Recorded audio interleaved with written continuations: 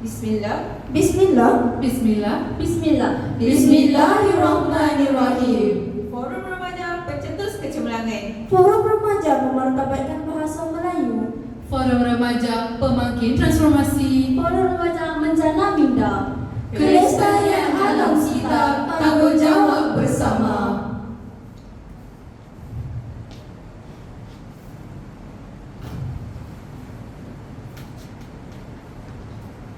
Assalamualaikum warahmatullahi wabarakatuh. Salam ukhuwah, salam kasih sayang dan salam satu Malaysia. Warga Dewan sekalian, bersyukur kita kehadrat Allah Subhanahu Wa Taala kerana tanpa izin serta limpah kurnianya kita tidak akan bertemu dalam gelanggang forum remaja bersama saya Azizah Hashimah selaku pengerusi forum kita pada hari yang berbahagia ini. Sebelum saya memperkenalkan barisan ahli panel kita pada hari ini, sedia kita maklum bahawa pada era globalisasi ini, kelestarian alam sekitar menjadi topik yang hangat, terutamanya di sosial media. Justru topik ini haruslah kita lihat daripada skop yang lebih besar supaya dapat direalisasikan, kerana jika tidak dipecahkan ruyung, manakah dapat sagunya. Sesuai dengan topik kita pada hari ini, kelestarian alam sekitar, tanggungjawab siapa? Persoalan ini merupakan kunci utama kepada forum kita pada hari ini, kerana tampaknya kita tidak akan membuka pintu-pintu maklumat intelektual yang akan dibicarakan oleh ahli panel kita pada hari ini. Sebelum saya mengulas topik ini dengan lebih mendalam, ayolah kita berkenalan dengan ahli panel kita pada hari ini. Di sebelah kanan saya, ahli panel pertama, Saudari Auni Farahi, yang merupakan pengerusi Kelab Bahasa Melayu SMK TTDI Jaya. Apa khabar saudari? Kabar baik. Saudari apa kabar? Kabar baik, terima kasih. Seterusnya, ahli panel kedua, Saudari Nurin Farzana, yang merangkap pengerusi Kelab Alam Sekitar SMK TTDI Jaya. Apa khabar saudari? Kabar baik. Saudari saya berada keadaan sihat-sihat saja. Alhamdulillah. Dan di hujung sekali nampak pemalu tetapi bijak berkata-kata, Saudari Izzah yang merupakan ahli panel ketiga dan juga merupakan pengerusi pembimbing rakan sebaya SMK TTDI Jaya. Semoga saudari sihat sejahtera. Terima kasih saudari. Hadirin yang dihormati, apakah yang dimaksudkan dengan kelestarian alam sekitar? Oleh itu, izinkan saya mengajukan soalan ini kepada ahli panel pertama kita, Saudari Auni Farahi. Saudari, apakah yang dimaksudkan dengan kelestarian alam sekitar? Mohon saudari memberikan penjelasan tentangnya. Dipersilakan. Terima kasih di atas soalan yang telah diajukan tadi. Assalamualaikum warahmatullahi wabarakatuh diucapkan kepada para panel serta hadirin dan hadirat yang dirahmati sekalian. Sebelum saya memulakan perbincangan, saya di sini ingin mengambil kesempatan untuk bertanya kepada hadirin dan hadirat. Apakah yang anda faham tentang alam sekitar? Ada yang berpendapat alam sekitar membawa maksud flora dan fauna. Ya, saya setuju. Bagi saya berpendapat alam sekitar merupakan keadaan sekeliling dan lingkungan. Mengapakah saya berpendapat sebegitu? Ini kerana menurut Kamus Dewan edisi keempat, alam membawa maksud dunia, bumi atau segala yang terdapat di langit dan di bumi. Manakala sekitar pula membawa maksud sekeliling. Lestari pula membawa maksud keadaan yang tidak berubah-ubah.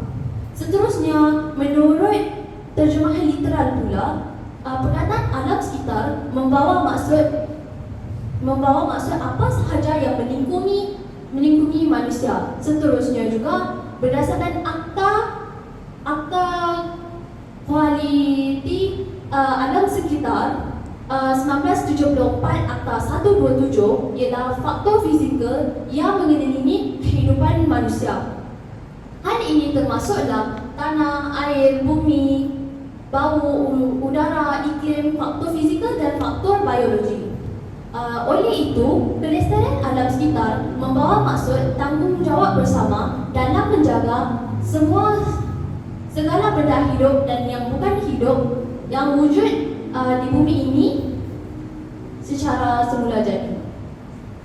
Terima kasih saya ucapkan kepada saudari Auni atas penjelasan yang utuh lagi berisi. Dapat saya rumuskan bahawa alam bermaksud segala yang ada di langit dan di bumi dan secara keseluruhannya merangkumi segala benda yang hidup yang wujud secara semula jadi. Tanpa meninggalkan masa lagi, saya akan meneruskan forum kita pada hari ini dengan persoalan seterusnya yang ditujukan kepada saudari Nuri. Saudari, bolehkah saudari memberitahu kami apakah punca-punca berlakunya pencemaran alam sekitar? Dipersilakan. Bismillah, pembuka bicara. Ribuan terima kasih saya ucapkan kepada saudari pengerusi kerana memberi saya peluang untuk berbicara pada petang yang mulia ini. Assalamualaikum warahmatullahi wabarakatuh dan selamat sejahtera diucapkan kepada para hadirin sekalian. Sebelum saya membincangkan tentang tajuk utama kita pada hari ini, ingin saya mengemukakan satu persoalan. Apakah pencetus kepada pencemaran alam sekitar? Kita sering melihat bahawa aktiviti manusia menjadi faktor utama kepada kemusnahan alam sekitar. Perkara ini dapat dibuktikan dengan kenyataan berita harian pada tahun 2019 tentang kes pencemaran sungai, iaitu Sungai Kim Kim di Pasir Gudang, Johor Bahru yang berlaku semula. Kes ini telah menimbulkan satu persoalan. Sejauh manakah sungai-sungai di negara ini akan menjadi mangsa kerakusan manusia dan sampai bilakah isu ini akan berterusan? Para hadirin sekalian pasti akan bertanya-tanya, mengapakah sebilangan manusia tidak bermoral bertindak sedemikian? Jawapannya, sikap bagai enau dalam belukar melepaskan pucuk masing-masing menjadi faktor utama kepada nafsu mereka. Walhal, bukannya mereka tidak sadar bahawa perbuatan tidak bermoral tersebut akan menyebabkan kesulitan kepada alam sekitar dan juga manusia. Selanjutnya, sikap sebilangan manusia yang tidak bermoral dengan melakukan kegiatan pembalakan secara haram. Aktiviti tidak bertamadun ini dijalankan secara tidak terancam dan menyalahi undang-undang. Kegiatan pembalakan secara haram akan menyebabkan kemusnahan kepada habitat haiwan serta tumbuhan-tumbuhan liar, seterusnya akan menyebabkan kemusnahan ekosistem di kawasan tersebut. Misalnya, kes yang berlaku di Kelantan dan dinyatakan oleh berita harian pada 26 Januari 2022, terdapat satu kes pembalakan haram yang berlaku di hutan Simpang Kekal di negeri tersebut. Kegiatan pembalakan haram ini menyalahi Akta Perhutanan Negara 1984 kerana menceroboh hutan Simpang. Sebelum saya mengakhiri perbincangan saya pada hari ini, sudah terang lagi kan bersuluk, manusia merupakan hulu malang pangkal celaka bagi kemusnahan alam sekitar. Ingatlah, wahai warga dewan sekalian, kelestarian alam sekitar adalah tanggungjawab bersama. Setakat itu dari saya, kembali kepada saudari pengerusi. Terima kasih saya ucapkan kepada saudari Nuri atas maklumat yang amat bernas sebentar tadi. Sesungguhnya maklumat yang disampaikan oleh saudari Nuri memberikan pencerahan atas topik kita pada hari ini.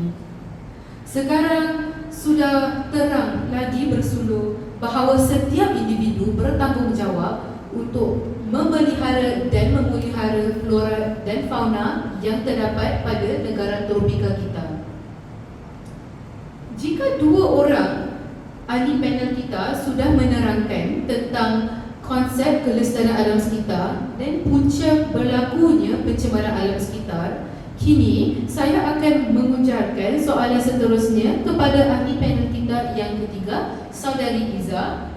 Saudari, bolehkah saudari memberitahu kami kepentingan kelestarian alam sekitar? Dipersilakan. Bismillahirrahmanirrahim. Assalamualaikum warahmatullahi wabarakatuh. Terlebih dahulu, terima kasih kepada Pengisi Majlis kerana menjemput saya untuk berbicara dalam majlis forum yang mulia ini. Rasulullah SAW pernah bersabda bahawa kebersihan adalah separuh daripada iman. Hadis ini boleh dijadikan implementasi dalam semua perkara, termasuklah kebersihan alam sekitar.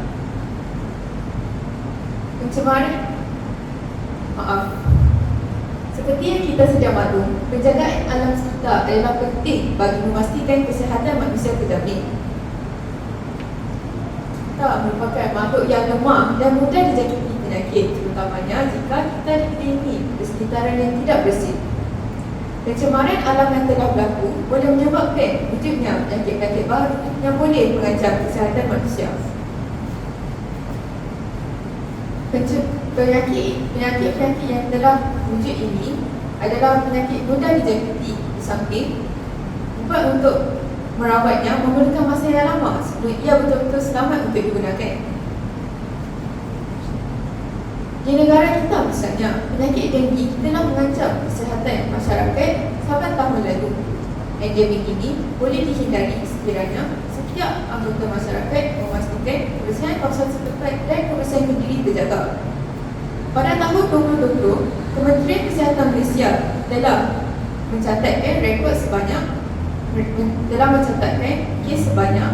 90,803 dan angka kematian sebanyak 145 orang.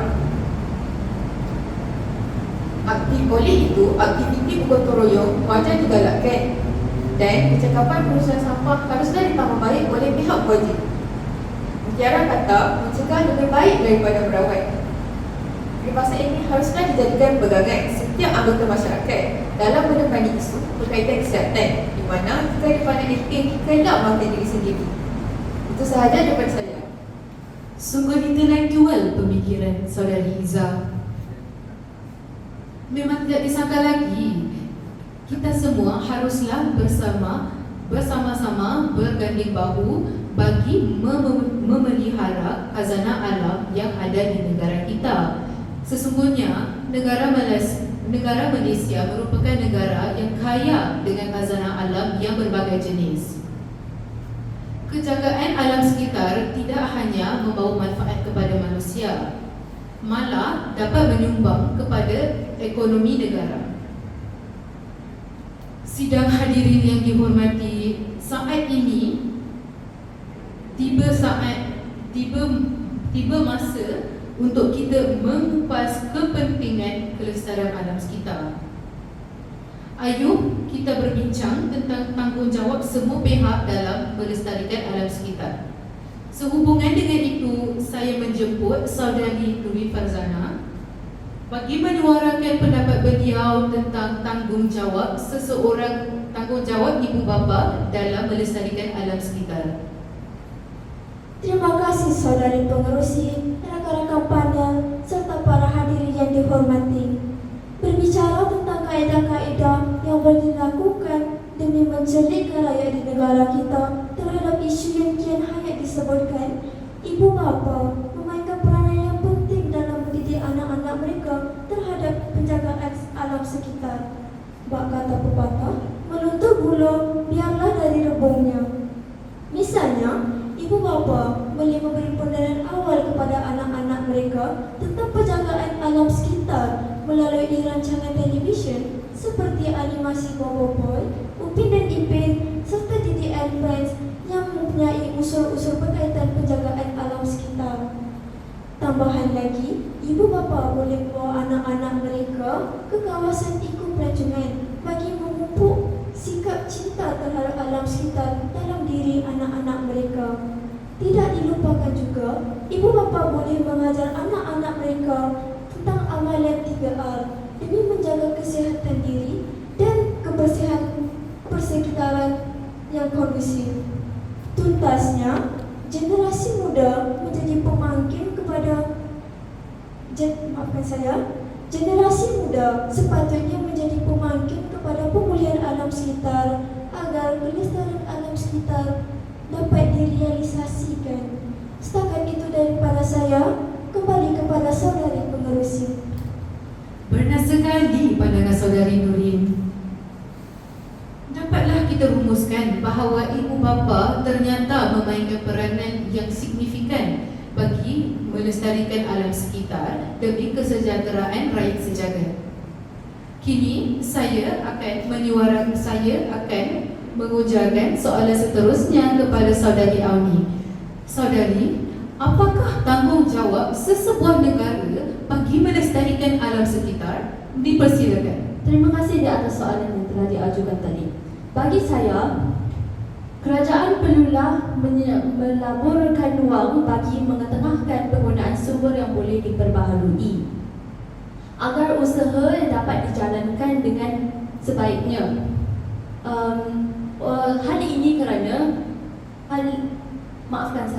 Hal ini kerana penggunaan sumber memerlukan kos yang tinggi untuk merealisasikannya. Oleh itu, dengan bantuan kerajaan, kita dapat menjalankan usaha ini dengan lebih lancar. Maaf mencelah saudari panel pertama. Apakah yang dimaksudkan dengan sumber boleh diperbarui? Berdasarkan soalan yang telah diajukan tadi, sumber yang boleh diperbaharui ialah tenaga yang dijana daripada sumber semula jadi, seperti cahaya matahari, ombak, angin, geoterma yang wujud secara semula jadi. Misalnya, cahaya matahari boleh menghasilkan tenaga solar dan air pula boleh menghasilkan tenaga hidroelektrik. Di Malaysia, empangan semengih telah dibina oleh kerajaan untuk memudahkan aktiviti harian di penduduk Lembah Kelang. Oleh itu, dengan usaha ini kita bukan sahaja dapat melestarikan alam sekitar, malah bekalan penggunaannya dapat berkekalan sehinggalah pada masa hadapan. Saudari Pengerusi Majlis, izinkan saya mencelah untuk menambahkan pendapat saya. Tahukah hadirin bahawa Malaysia boleh memainkan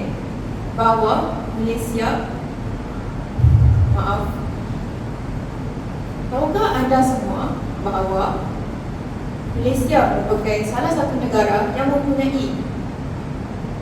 sering mengalami masalah jerebu. Malaysia boleh pada pendapat saya dalam menangani masalah ini. Malaysia boleh memainkan peranan yang aktif di peringkat serantau melalui perbincangan alam sekitar AMME.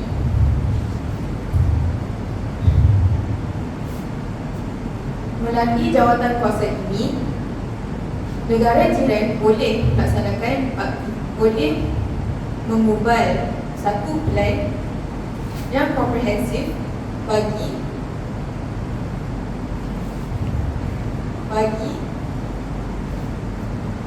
menangani masalah jerebu yang berpunca daripada masalah pembakaran hutan dan tanah.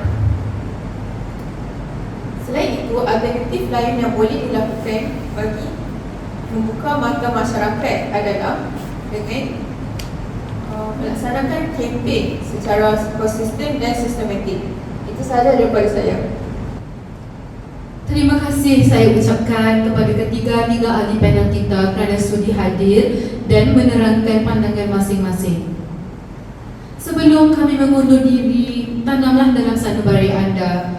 Cintailah alam sekitar seperti mana anda mencintai pasangan kamu.